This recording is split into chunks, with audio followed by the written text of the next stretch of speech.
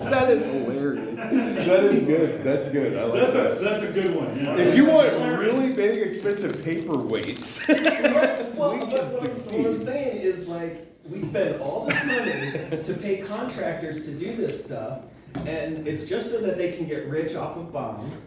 And in the end, I mean, why not use that money to hire people to be in the military to fix the roads on Whoa. these, to Whoa, fix whoa, the whoa, to actually build. Most people that join do not are lacking in a I'm such a few socialist that I think connections. the government should own anything that is involved with building weapons of destruction. Since The when do government should own. corporations and There should not be companies somebody not who's have allowed the to make same money hand in off the that cookie shit. jar? That's the problem. That's what makes me mad, is people are making money off of it. And like, People make money off of everything from war to suffering. That's to basically- why I hate capitalism. The things That's the things capitalism. that alleviate war and suffering, right? So both those things are true. People can make money off of things that try to make the world better, as well as things that make the world worse. Ultimately, when you maximize freedom, when you maximize liberty, you maximize the capacity for human suffering. So at the same time, it's always balanced. But the one thing you can't legislate is morality.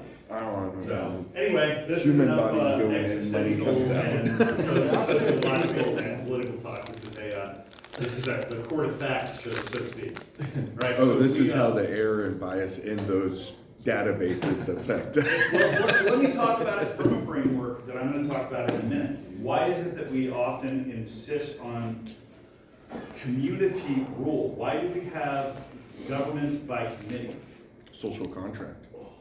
In some respects, but there's another perspective on it that I think that you could probably go along with me on, and that several unique perspectives attempt to, as much as possible, eliminate individual deviation based upon individual experience, right? The consensus tries to weed out certain types of biases that might be present in individual assertions. So with a large enough perspective, with certain, angular ideological offsets from one another, we're able to curtail one person in a dictatorial standpoint having only their own progress that led to that. Funny enough, trees actually do reflect that. That is applicable to this. I'm not outside of this realm, okay? Tree-based methods, I think we talked about this briefly, right? I think we talked about trees just for a minute, or no? Yeah, they started looked at a graph where it started to sectionize. Okay, the so plot. tree-based methodologies are a first use for regression. We're gonna go through the regression aspect pretty much as fast as I can, because while regression is kind of cool to explain what's happening, it's not super useful, and you will almost never see tree regression used, unless you are just in some data that's super, super small, okay? What we're looking at in this plot here is a heat map of the amount of pay that an individual makes relative to two factors of their particular, first, their time in the sport, and second, their performance in the sport, right? So hits versus years of play. So if you're on this end of the spectrum, you're a rookie, right? If you're on this end of the spectrum, you're a vet. If you're on this side of hits, you're pretty much, probably should stay out of the batter's box. If you're on that end, maybe you're starting to get decent, right? But most of the time, your players that are going to perform really well are going to be somewhere in the neighborhood of kind of a 45-degree angle up here, right? They're going to get better over time, become more seasoned, more veteran. And the funny thing that we notice is that it really doesn't matter how veteran you are for those first 4 or 5 years, right? So you could, it doesn't matter what your performance is even, right? Because think about it in this way. How many people play sports for a year or two and then get hurt and then never contribute again, right? They could be a great hitter, but you don't want to pay them, $5 million, $7 million a year, you don't want to pay more than $5 or $7 million a year for the retention. You don't want to pay the, $50 million. You don't want to pay the Mahomes contract for somebody that's only been playing for a couple years typically, okay? Let me point out, this is Patrick Mahomes, right? No. Very little experience initially, very high paid within a very short period of time of coming in. I wouldn't say his performance is that low. His performance might actually be one that's sort of marked up in here. Relatively high performance, but still relatively young. Notice it's exceptional within that space. So one of the problems with trees is that they often overemphasize regional characteristics. They often map out or eliminate some of those exceptional characteristics, which is nice in a sense, because as a result of averaging that data over some space or some interest area, we're able to get that general concept, okay? So high level, very high level analysis of general concepts and the general workflow of the data manipulation, tree regression is worthwhile. What we're actually going to do here is we're going to make a decision, first and foremost, based upon what we consider to be the feature that is most relevantly informative to maximally separate and maximally enclose a region with homogeneous characteristics. Okay, I know that's kind of a mouthful, but if you understand that sentence, you understand what we're going for. We're going to take a cut point. We did this in the last section, okay? There's very little difference between the way trees work and the way those step function operations work, right? We put a cut in. So let's say here, first and foremost, we notice the emphasis or the importance of performance within that first 5 years of play, very little, right? Only these exceptional players are actually having much of a difference in their pay rate as rookies. What's the real situation here is, I can say, well, if I put in, let's say I put in a line right here, most of these are the same, right? Or at least relatively close to one another. With respect to color, right? With respect to color. We're thinking about grouping these now for the feature, which is similarity in their score performance. You could also think about this as sort of a height map in a way. I'll show you a height map in a second.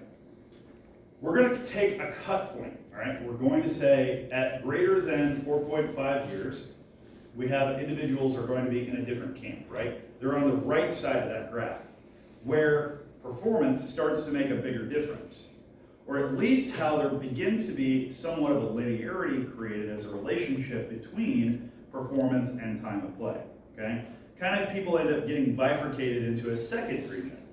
If we go back here and look, players that have been playing a while but have relatively mediocre performance, right? Or maybe even somewhat poor performance, but might be, I don't know, maybe they're great at mentorship and leading. Every now and again, they'll be like, you know, an offensive linebacker that'll be like really cool and everybody loves him, but his stats just don't really reflect anything other than this. He's the strength of the team, right? And you're like, you know, he's a cool guy. He's just a rock solid, you know. He's you know, the gentle giant feel, right? But he's not performing. He's not going to get, you know, he's not going to have that $1 million car or whatever. You know, he's just going to do relatively progressively well. So we actually have 3 regions here of interest. We have performers that escape the rookie region, and their performance takes them somewhere. We have performance that escape the rookie region and become contributors over their lifespan to the team, and may have, as a result of continuing on with the team, continuing on becoming more seasoned, have a little bit of better contribution, and thus what do we have? We're going to pay them more, right? We want to retain them. They're still good to have on the team. They're necessary elements. So we're actually going to create a secondary distinction that now goes in the opposite axis, right? The first one was a decision we made based upon the duration of play. The second one was a level of performance. What does this look like? Go. So does the tree just continue to flop back and forth as it continues to subsectionize it? It doesn't have to. It doesn't have to. No, Okay. it doesn't have to. There are restrictions to what types of shapes you can create by this methodology. I'll show you in a minute. I have a slide that shows you what you can't do, all right? But I also shows you what you can do, which is you can make a decision twice to break up a region along the same feature axis. But we're going to utilize a couple of measurements of characteristics of the things that are enclosed within the box, right? We call that a region. So the terminology given up top is R, to indicate region. If you've ever seen the term or heard the term ROI, region of interest, that is what we're describing. We're saying now this is the region of interest. It is a bounding box described by a cut point, right, that we call the stratification, or to borrow from the other term that is used, segment, right? there is now a segment that this is made up of. You guys remember we already talked about segmentation. We talked about it with respect to the convolutional neural networks, right? That's the ability to draw a bounding box around the pixels that matter. This is just the difference of the granularity, the degree to which that region can be adequately defined, right? When we were talking about it beforehand with maximization of variance or the principal components, this is effectively creating a span over the region that maximizes the inclusion of the number of elements, but decreases the level of variance within the space. So we want to make sure the level of variance in the region is minimized such that we have cohesion, such that everything is much the same, right? Homogeneity in that format, right? Homo, same, genus, right, or genius, for the origin of Genesis, genus, as in speciation, that they come from the same root, right? So if everything comes from the same space, think about it in this way. We're going to make the argument that the stuff that exists here is effectively established by some function that is unique to that region. We just did that. We just did that with basis functions. We said that there's an operation within this space that is breaking that space up. R1 is a basis function. R1 is a step function. Strict speaking, right? Exactly what we were doing previously. But this second dividing line is a little weird. It's a basis function, but you gotta turn the graph. You gotta be looking at it from this direction to see it as a basis, right? Because now it's cutting off, rather than cutting off right to left according to this feature, it's cutting off up or down from this feature. Okay? Every time we put in an additional cut point, every time we put in an additional decision, we can do it on whatever axis we like, and we can cut up the remainder of the segment. So think about taking a cake, right? This is a square cake. We get out our knife, we're gonna make this cut. Now this segment is one piece of the cake, right? Now you got the rest of the cake left. This one is R2 for the moment, right? There's no R3 yet. We haven't made up R3. So this whole thing is just R2 right now. Then we're gonna make our second decision. We're gonna make our second cut. It only cuts in half what's left of R2, creating R2 and R3. What happens if I place an additional segmentation down at the bottom of this system, where I go back to, again, years and create another segment of this for R3 grouping, right? I could go and cut R3 in half along some line here, perhaps, right? Now there would be an additional region, R3 and R4. Depending on how much I want to keep cutting this up, I'm going to end up with two sort of results as the product of this relationship. I'm going to end up with a smaller region, and hopefully I'm going to end up with a more homogeneous perspective about the elements enclosed within that region. However, what's the risk of doing this? What do we keep running into when we do this over and over again? What happens if I have a box where I create a cutoff here, and I create a cutoff here, and I have a box that only has that sample in it? Perfect. Everything works. Everything in that sample is exactly, I know exactly what it is. One single value for one single input. The error would be nil. Okay? So let's talk about error for a second. Where does error come in? How does error play in? How do I determine where to put these cut points? I'm going to utilize RSS. So first thing I'm going to do is I'm going to take all of the samples that are in the region. I'm going to average their values. I'm going to take that average position as effectively the centroid of this cloud distribution within the box. And then I'm going to measure the distance from that centroid to all of the elements in that system.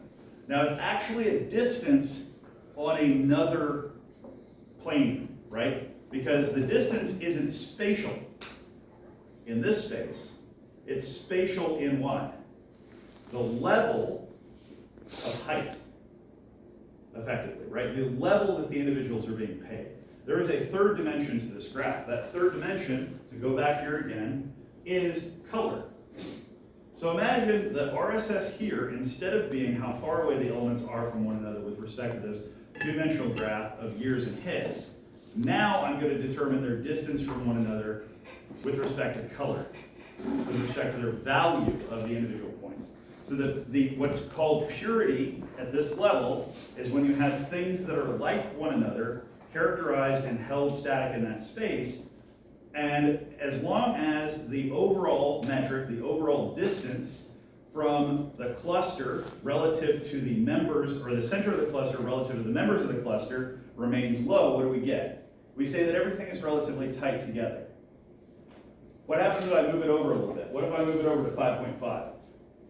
I start bringing in a lot of values that are not that nice dark blue. What's going to happen to the residual, the RSS, as I calculate the summation for the error in that space down? Goes up, right? What happens if I try to push it back over? I'm going to have fewer and fewer values that are farther away from that system, but what's the downside? It doesn't define as large of an area. So it doesn't generalize the trend as well.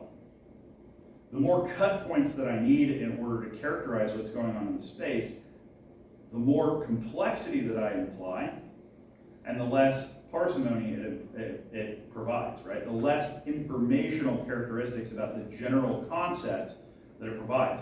Effectively, every time I put a cut point in here, I'm increasing the flexibility of the model. I'm increasing its ability to adapt to unique characteristics.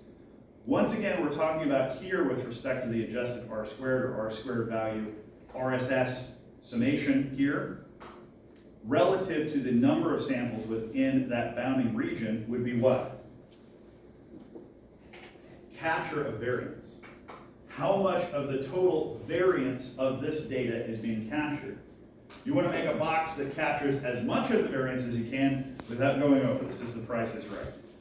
Okay, capture as much without going over, while maintaining the coherence to the internal region being maximally descriptive with respect to that singular value. Wow, we went to the end quick. That was nice. It's over. Everybody go home. No, I'm just kidding. We've still got 25 minutes for the remainder of the semester. It's been fun, guys. I've had a lot of fun with you guys. So, I'm gonna miss you. All right, so we refer to the process of tree construction as binary fission. All right, so this book does not use that. Keep that term in mind for all of you who are present. It might be on the exam. And everybody's gonna go, what's binary fission?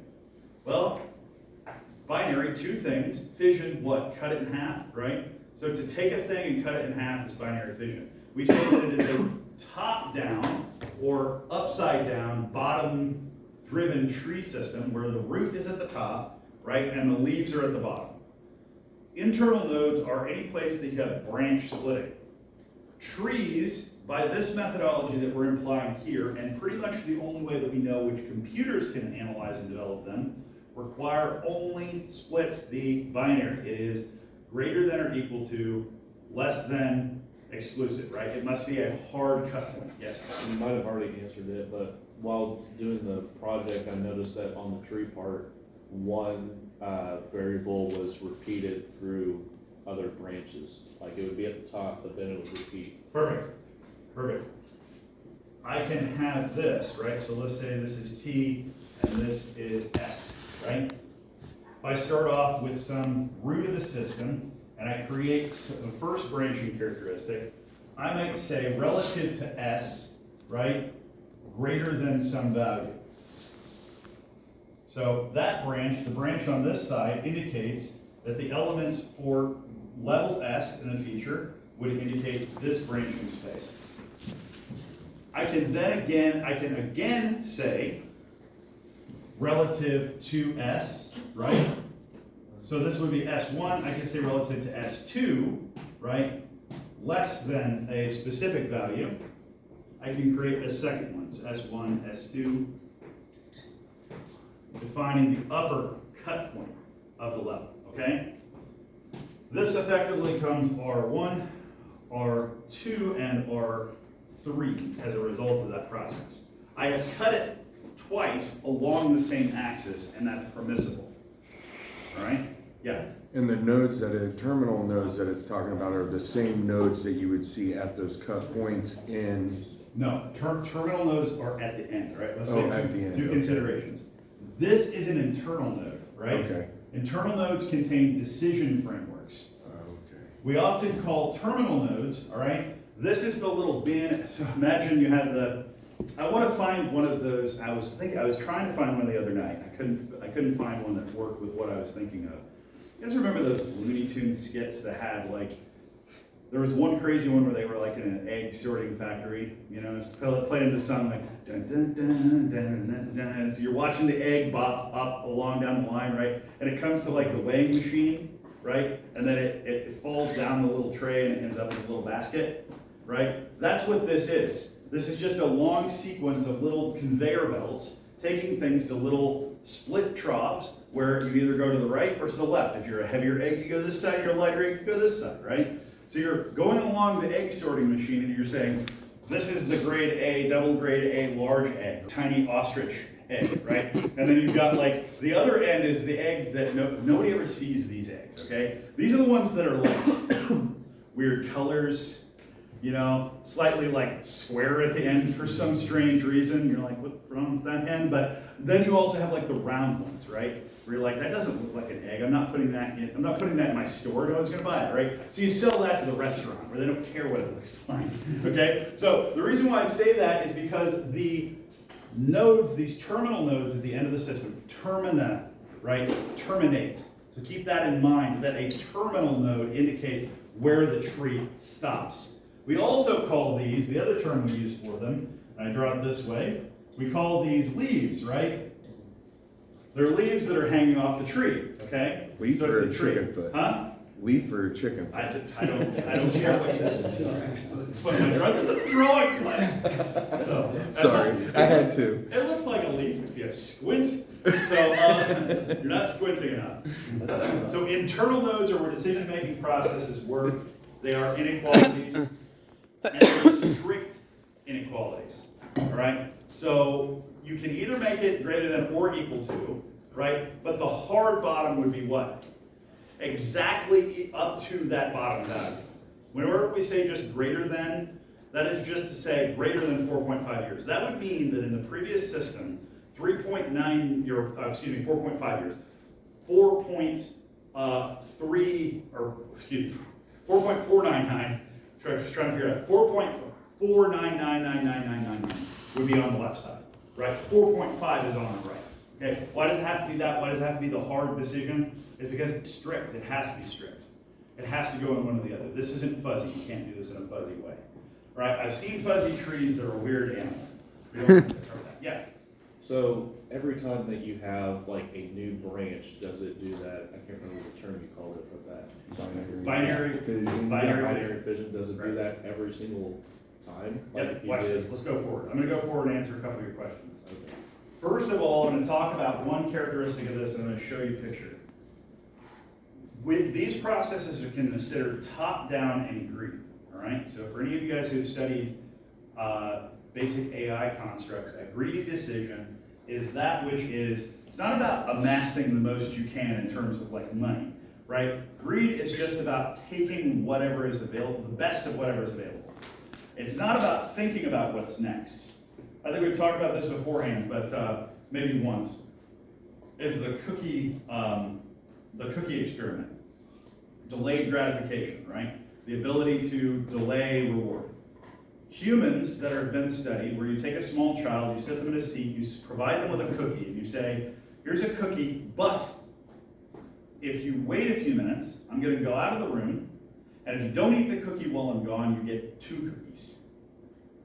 They did the study early on, they did this back in this, like I believe the late 60s, early 70s, and they followed these kids for something like 25 years. They noted the kids that had the ability to delay immediate gratification and left the cookie such that they got 2 cookies on the return were far more successful in life, all right? That is the ability to plan ahead, seek forward, not being greedy. Trees are not greedy, or excuse me, they're not forethought, they are greedy, right? They will take the cookie every time. They don't care what happens next. They can't see forward. They're only going to make the decision at the relative level of interest. You can think about this as I described with respect to the simulated annealing and gradient descent process. If you're in the basin of a valley, right? And you got a radio, but your radio isn't getting any reception, and you want to get to the top of the mountain. What are you going to do? Well, there's a lot of mist around you, so you're going to start walking in some direction. The moment the ground even slightly increases in inclination, indicating that there might be a mountain there, but you can't see it, everything's mist around you, you're just going to take the most immediate, best direction to path of steepest descent. You're going to take the gradient, okay? You're going to go up grade, you're going to try to get to the top of the mountain. Every time you come to a new spot where you might have two, like a little cleft in the hill, right? You've got one that goes up and one that stays relatively at the same level. Let's imagine that somewhere around the other side of that is a nice set of stairs that lead all the way to the top of the mountain, okay? You can't see that. You're going to take the slight increase in incline on the right-hand path, which leads to like the west face of Matterhorn, where you're like climbing against a, not even a sheer cliff face, but like one that does this, right? Where you're hanging off by your fingers, okay? You don't know what's going to happen. You can't plan ahead. You're just going to take the most immediate, best seeming circumstance. So when we think about creating ordinal processes, when we think about which feature we're most interested in subdividing the system on, we're just going to take the one that appears to give us the best bifurcation. We want effectively the perfect tree split would be half goes on this side and half goes on this side. That would be the perfect tree split, right? Because we say, I've done as well as I can because I've maximized both my internal performance and my ability to separate the elements from one another, right? So that should be the best. So top-down greedy approach means best solution at any given point, working from most descriptive characteristic, or at least most separable characteristic, right?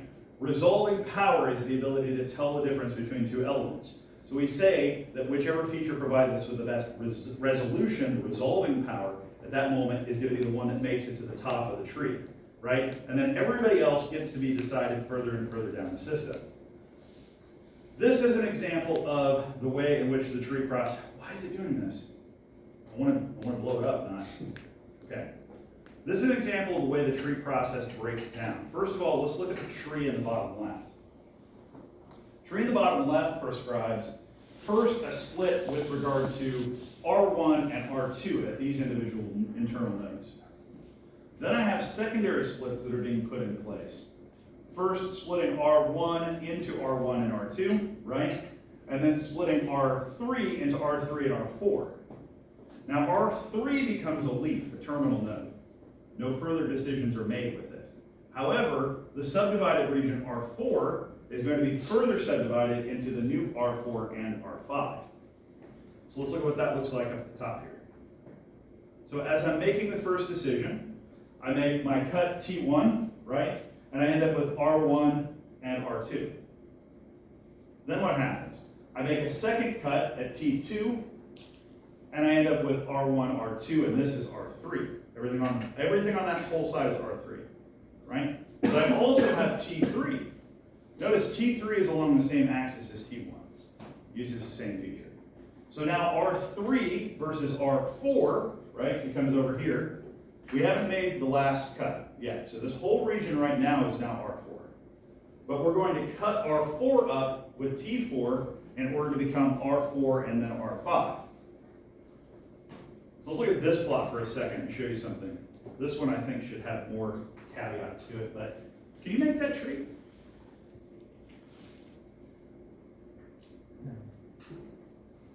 Nope. Nope. Nope, can't. It's impossible. It's impossible because of that little weird jog at the top and this weird little box here in this basin. How do you stop here and not stop here? How do you go up here and not stop there? You can technically create this shape, but what you'd end up having to have is actually several independent regions that would be treated as the same region in the end of the system. At the end of the process, in order to do this, you would have to effectively keep, as you kept bifurcating the system elements, right? You got down to the leaves in the end of this process, you'd have to set these leaves equal to one another. They would effectively have to stop in the same box. So if I make and then I recombined those local regions together, I could create that representation. but strict binary fission will not create this particular set of plots. I can't show you what that actual tree looks like because it doesn't exist. It's not possible. Okay? This is one of the things where I don't love bad examples, but this is a bad example that I do like. Just go down here at the bottom, let's look at this. This is a topographical expression of the relationship between the local regions and a plane subdividing the two-dimensional space, right, x1 and x2, which we could say hits and salary, right, whatever we wanted to throw in there, indicating that at this portion, the lowest values are shown, right? That region is created by cutting R1 up into R1 and R2. Notice, the elevation here indicates that the samples within this bounding box are generally higher. The mean of that sample is like a step function. It is the average of the values contained within that volume of space that is being represented there. Okay? So the bounding box is now what? It's now a cube, or I don't know, some kind of poly object, right? It's a rectangle cube. What do you call it? What's a rectangle cube? I don't know. Cuboid. Cuboid. Nice. T in that. Let's go. So these are cuboids, right? They are rectangular little subregions that indicate a volume of space that's now being analyzed by the tree system, which is separating up the region based upon contents. Okay? We have to be done with our regression trees. So everybody understands how the regression trees work with respect to levels? No, please go ahead. No, I'll wait until I'll wait until after class. Oh, okay, Next you're thing gonna we're gonna talk do. to Huh? pruning. Oh, we're going to talk about pruning now. Okay. Pruning is the next step of the process, okay? Pruning involves the process of first allowing the system to relatively overfit to the data. So let's imagine that I have my space here, and I keep dividing it up. I keep cutting it up. I can keep cutting these regions into subregions, right? Keep cutting those regions until I end up with one tiny little box in the corner with one sample in it, right?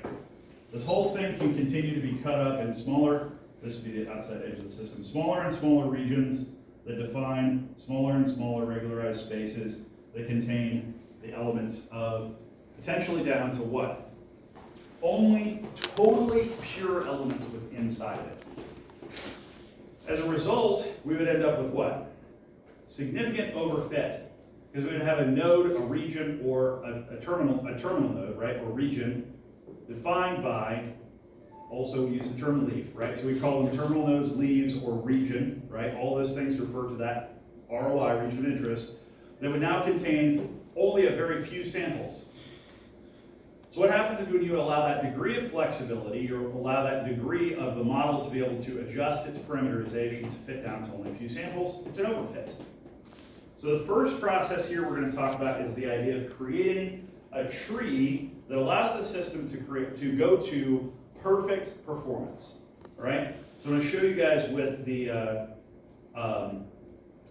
website that I have that I posted up for you an example of this. All right. So this example is this is going to flow through the whole process of the tree extraction visually, and I think it does a pretty good job of it. We have houses in San Francisco. We have houses in New York. We'd like to have a model that will allow us, based upon the parameterization, to discriminate between houses in New York and houses in San Francisco. Okay, I don't know why, but this is what we want to do. Okay, we want to place it in their categories. First and foremost, we notice that the houses in San Francisco typically tend to have slightly higher elevation than the upper elevations of those in New York. Right, the maximum ones in New York are somewhere in this neighborhood of like 240 feet, and this one says 740 feet for the maximum elevations in San Francisco. So roughly, it looks like something like a little less than half of the ones in San Francisco are actually above the halfway point of the ones in New York. However, there's this weird offset where the top ones in New York are actually relatively highly separated from the average ones in New York.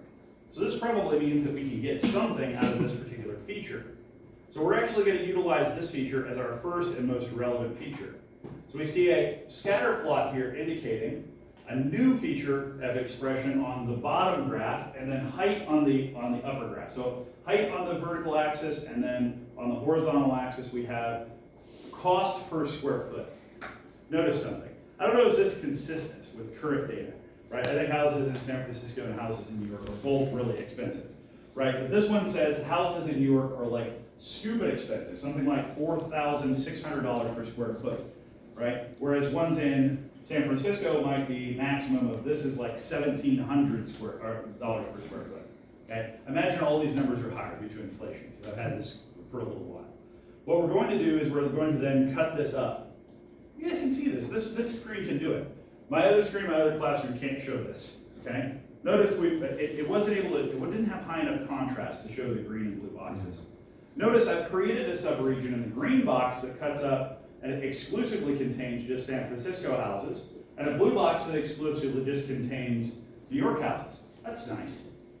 It's a nice way to do it, right? Fairly easy couple of steps, and we're able to create two regions that contain homogeneous examples. There's all New York and all San Francisco in that space. So we're going to actually reproject all of the features relative to the information we have via that pairs type scatter plot, right? And we're going to imply now that the workflow of this system can be utilized, or can be created utilizing a probability type distribution for the likely inclusion of the elements. Utilizing the histogram, we get a good idea of the overlap relative to the density quantity characteristics of the system. And then we're going to create an understanding of what the elements are contained within that relevant cut point. So the relevant cut point selected here is 242.8 square feet, indicating that 47 of the houses are securely listed now in a terminal node that contains just San Francisco, total purity. Really nice. This one over here indicates that 92 are San Francisco and 111 are New York. Well, that might be a little aggressive to place them in strict categories based upon that first feature initially, because this overlap might be harder to work out. So we're actually going to utilize a trade-off process to try to maximize or optimize the relationship of that 111 to 139 elements, such that we create a best split, which would allow a few from New York, but way more from San Francisco. Notice, I've allowed a little impurity in order to be able to capture most of the variance of one type. So now I have mostly San Francisco on one side and mostly New York on the other side. Remember, we had to relax the parameterization. We had to relax some of those elements along the logistic discriminators, right, in order to make them where they were optimal. So they didn't totally just cut one part off and then leave a bunch behind. So effectively, we were getting a pure San Francisco, but we were leaving a lot of San Francisco behind in order to try to get no New York at all. Now we've allowed a little of New York in order to capture maximum San Francisco without taking too much New York in on this side. This whole process is actually going to go through recursively and keep splitting each of these values based upon the best split that can be established at that level, right? Notice here, this is that 99-6 split, right, on this side, and then the 111 split on this side. And then as we keep going down through the process, we're going to keep splitting. Notice, we've gotten even cleaner with respect to San Francisco on the right, and we've got most of the New York off by itself over here in this left split based upon price as the second feature. This one here based upon price per square foot, right, which is actually a composite ratio, which is a really interesting relationship that trees have that other methodologies can't compose, is they can't take into consideration features that contain more than one element or might have high cross entropy or cross correlation with other elements, okay? So as we flow through this process, we're going to create purer and purer understandings. Notice, these slices still have some green in the blue, and some of these have blue in the green. By the time we get to the bottom of the process, what have we done? We've gotten down to pure elements in the bottom of the system. Everybody in each leaf has only the sample elements that are of interest, right? So at the bottom of this whole system, we're going to create a flow that allows us to watch the scheme of all of these individual little guys walking through the system, right, as they flow through this little Plinko board, this little Gatlin board, down the system into their little bins at the bottom. Right now we're getting 100% accuracy, and we get 100% accuracy for overall performance. But let's do a sanity check. Let's utilize our testing set, right? What ends up with the testing set? 89.7% performance. what's happening here? The tree grew too much, right? We need to do a little topiary. We need to get out the scissors and we need to prune back some of those edges. Because some of those splits at the bottom of the system are creating a problem. They're creating too small of individual spaces. So what we're actually going to do is we're going to prune this whole set of internal nodes, and we're going to promote this internal node to a leaf. Or a chicken foot, whatever, I don't care what you want. Okay? We're going to promote that internal node to a leaf. What have I done? I took this and I erased the separation in that space. Now instead of R16, R17, everything's now R16 again, right? When I get too overfit, I'm going to end up having this relationship. I'm only going to be able to talk to you guys about pruning yet. I will throw in trees into my other thing I'm doing for you guys. There's 3 elements left in trees. It'll take me like maybe 10 minutes to go through those, but it's going to be talking about the items you have to have. I think ultimately I would have loved to have gotten further through this, but I must have made some mistakes along the way in terms of how I'm presenting material this semester, in terms of how I would like to have done it, okay? I talked more about neural networks, which I love. You guys got a little excited about and felt like you were getting something out of it. But at the same time, there were some classic methods that we've had a little less time on. So trees and SVMs are still really practical, but they're not as popular as they used to be, all right? So understand that knowing them is more, or just about getting the general concepts in play, and then using them is just about seeing their utility. All right, so first and foremost, we're going to grow a tree. We're going to call that tree T0. That is the tree that allows it to grow to full splendor, right? All the leaves out of the edges. 100% training performance. Then I'm going to get my scissors out. And I'm going to say T0, right, relative to a subset tree. This can't be an underscore here, right? This can't have the proper, or the subset, the subset driven notation. It has to be a driven subset. It has to be a proper subset. Why? Because if T0 contains a number of nodes n, we can call that number of nodes n the cardinality of the set of nodes for T. So if I was to compare T0, that's the full version of the tree. It has some cardinality based on some number of nodes it has. If I want to prune it, it must have at least one node less than the previous tree. So we say that T is a subset of T0, such that it is smaller than T0. Okay? Start off with the tree, trim it back. Former branches and limbs become leaves, they become terminal nodes. As we work through this system, we're going to use a performance factor alpha on what? The cardinality of T. So this says we're going to penalize the tree for being more complex than it should be.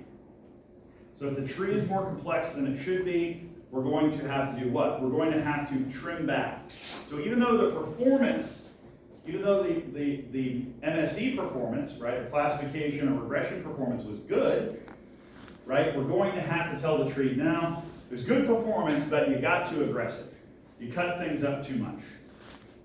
Okay, so structurally, I'm most interested in the perspective of saying that I would like to have a tree that is as big as possible without going overfitting, as well as pruning those elements that are not as descriptive as it could be, right? Things that create too small of local regions that overfit by only having a few samples in them.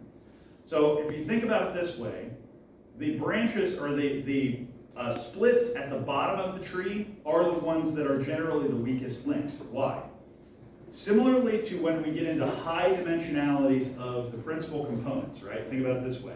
The first most useful principle, the second principle, third principle, what happens to those in terms of their descriptive power? They get weaker and weaker, they're noisier and noisier, they're more specific to that individual data set.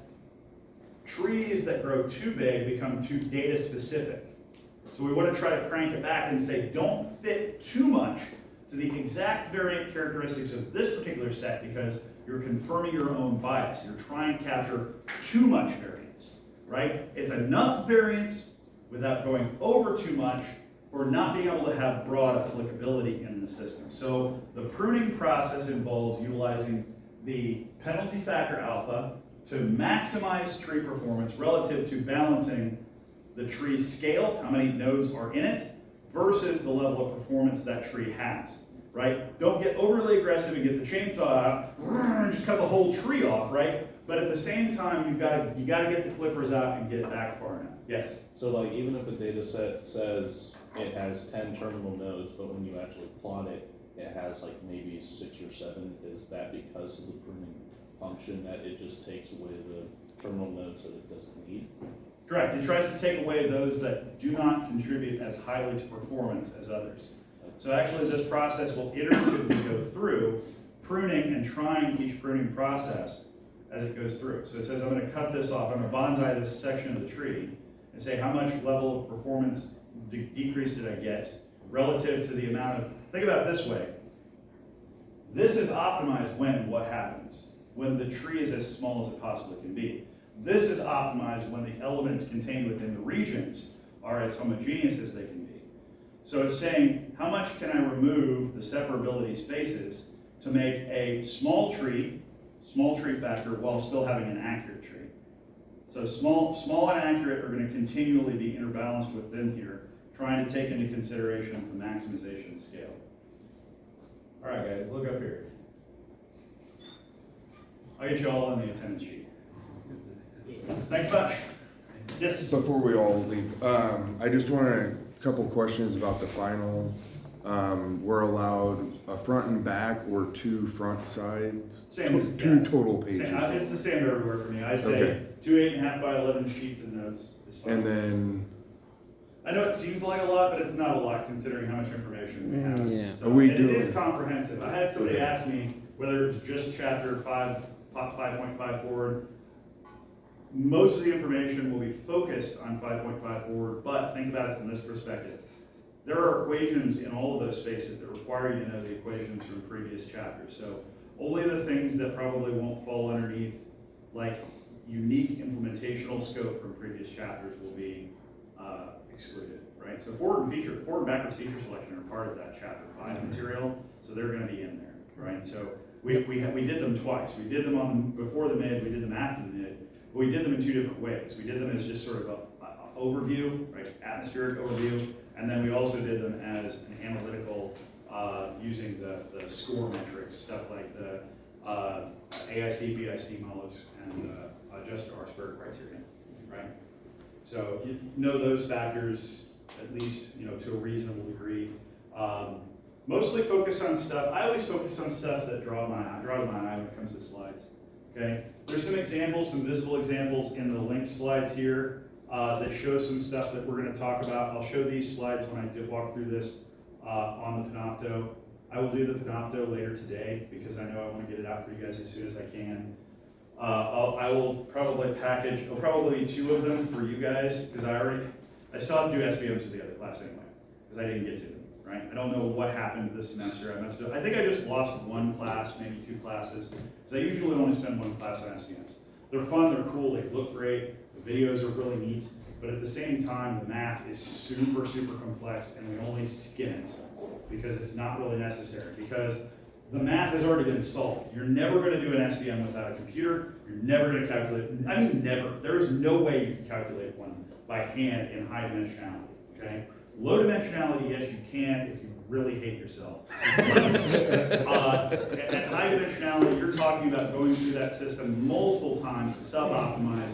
You're going to be trying to do sequential selection because you're going to have many, many equations and many, many unknowns. You're going to be trying to sub-optimize that balanced equation, and ultimately we're going to utilize that notion of the supporting vector to maximize the boundary, maximize margin, in a similar way as we did with maximization of margin between classes in the LDA analysis, okay? I'll talk about the remaining 3 sub-strategies. We're talking about the mechanism for splitting, right? The idea of the purity index. I've already mentioned the purity index and how it works. This is just the mathematics behind it, right? How much the things represent the things that are inside of it. Purity is how much the things inside of that node are self-similar. And then the last item is going to be, last 3 items are going to be bagging, right? Random forests, and then boosting, which boosting utilizes it's like almost kind of like a genetic algorithm. It's a heredity algorithm, right? Each tree learns from each previous tree, and they're grown in succession from one another. So those are some cool tricks. We'll have those last three topics, subtopics, 5 to 7 minutes apiece on each of those sections to explain the math and the models, so that you guys all know for sure what you're looking at when you're looking at them for your final project. And then, like I said, I will do one on SVMs for clarity purposes. Largely look for terms that are in green or things that are like definitive, that say like this is this thing, like predictive, combinatorial. This one says, talks about, so bagging utilizes the bootstrap. That's one particular thing that I would say is it's a bootstrap aggregator, okay? So the names and averaging set performance, all that stuff, stick to the green stuff and the formulae. If you know what they mean, then you'll probably have the biggest bulk of the information necessary for this section of material, okay? Make sure you pay attention to that deep learning stuff too, because we spend enough time on it that it's gonna compose a chunk. Okay. So, 8-10 questions, yeah. Is this gonna be the same format, so short Pure answer pure multiple choice. pure multiple choice? Pure multiple choice. Okay. It will be a significantly longer multiple choice test. So I have the balance between two things. I say, I can either give everybody the opportunity to try to find answers for me, or I can ask you what I see as more targeted multiple choice questions and ask you more of them. So my answer to that right now is, if I do extra credit for you, which I'm planning maybe to do an extra credit for you, that will actually be done separate from the exam itself. So you'll do that like on Canvas, and you'll write me the answers for that on Canvas, okay? So I gave extra credit to I had 2 guys that had to take it early. I gave extra credit to them, and they didn't answer any of my extra credit questions. So I was like, all right, let's try this again. I like extra credit. So we had You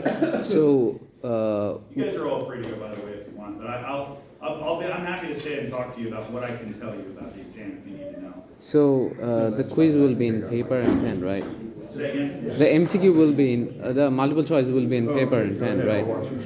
Yeah, the bubble stuff. Yeah, Yes. pen and paper. And the canvas you were saying, No, Either which way, it's better than I can't. showing up the first time. I think I like the idea of doing 2 front sheets, because then you can have both of them sit down. That's maybe fighting a little bit. Yeah, and the extra credit you're saying about that? That will be on campus if I decide to. UMKC. Okay. I haven't decided whether. So is there any time period for doing that? 8 to 10. And there will be a window for it. It will be by the end of the week for finals week. I put it all, I So checked everybody's several times, and exams, as all soon of as I found all of them, I put them ISL in and my, pattern recognition exams are all on Tuesday. I put them all in my calendar, so Yeah, I did too. will I'll do the post all of that on thing. Tuesday. Even if Once I see don't what show happens. up, Since I'm gonna I'm get pretty excused back, sure I'll still. when I see where everybody's at. passing all my classes, but. If I just still, see that's like a nightmare from my scenario. perspective, I'm Great. not going to grade. Alright, take it easy. Yeah, have a good one. Alright, so what I run into, see you, talk to you later on. Hey, you got admitted into my, I did, yeah. Okay. I did. Me? At least on. I know you, Shine. On Pathway, at Okay. least it says I'm good. Okay. Oh, you're If in something the happens- master's if one? something or the- happens- Yeah, Okay. deep learning. Sounds good. Thanks Hey so man, much. Yeah, for sure. I'm also. Final. You get Yeah, in na. or no? Huh? You get in, no, or no? For I what? sent What you a class? mail. If something happens and you're not enrolled, talk to me, because I can invent anybody that I want. Okay. So, Alright. What class? It's deep learning. Oh, okay. Okay, let me show you. I have. It still says closed for you. The problem is you still had a hold. I can't add you with a hold. Right, you gotta talk to your advisor and get that hold lifted. Yeah, hold it is Oh, the lifted. hold's lifted now, okay. But you didn't, it wasn't done yesterday when I went and talked to Tanya. Yeah, you I can. have to talk to Coretta. Okay. Yeah, I actually can't manually add you. I have to have them add you. My staff Okay. has to add you. I have removed the hold and I have If you have the enrolled. hold removed, then I'll add you up. Okay. So, and anybody else that wants it, I'm just Yeah. offering it. Yours, you need a hold still removed? No, but I talked to Coretta and she said Okay. she's gonna add me at some point. Good, just tell her that I already told you that specifically I'm adding you. Okay. Are you teaching that for the masters? Yes, it's a matter. Okay, cause I thought There's an I saw undergrad. Dr. D on there. Well, okay, you might be taking the undergraduate EC section. No, this is for the, I haven't talked to the advisor yet, but I'm supposedly enrolled in the master's program that I start in January. Oh, good. And I'm doing Staying around. just I'm doing it much slower. I gotta get Are back you to gonna do work. deep learning? I have to take pretty much all that's left. I just gotta figure out what's gonna work. Okay, according At to my. some point, Yeah, I will. according to my, so it's an evening class in spring. No, that's fine, cause that's the other problem. That's why I gotta talk to the advisor. I've gotta work full-time. I gotta get back to work. I'm done with my undergrad. I gotta get to financially The contributing. reason why, yeah, I get you. So- What I'm saying is, if you're gonna go back to work, it's like a 4:30 to 5:45 Tuesday, Thursday class. Well, the masters may not be able to be done, period, if professors are not willing to work, cause I'm not missing work to. I'm gonna have to find some other way to do it. My work will not allow me. I'm probably gonna be able to do that class remote. I might actually have to take somebody, out of the class space and have them, like, do the recordings for me. If you're gonna be there, I would get equipment to be able to have you not just do recordings with your phone, but actually do the Panoptos, so. Okay. But, and I can handle it if you ever have to miss or whatever, I can handle Yeah. it. But, what I've done in the past, when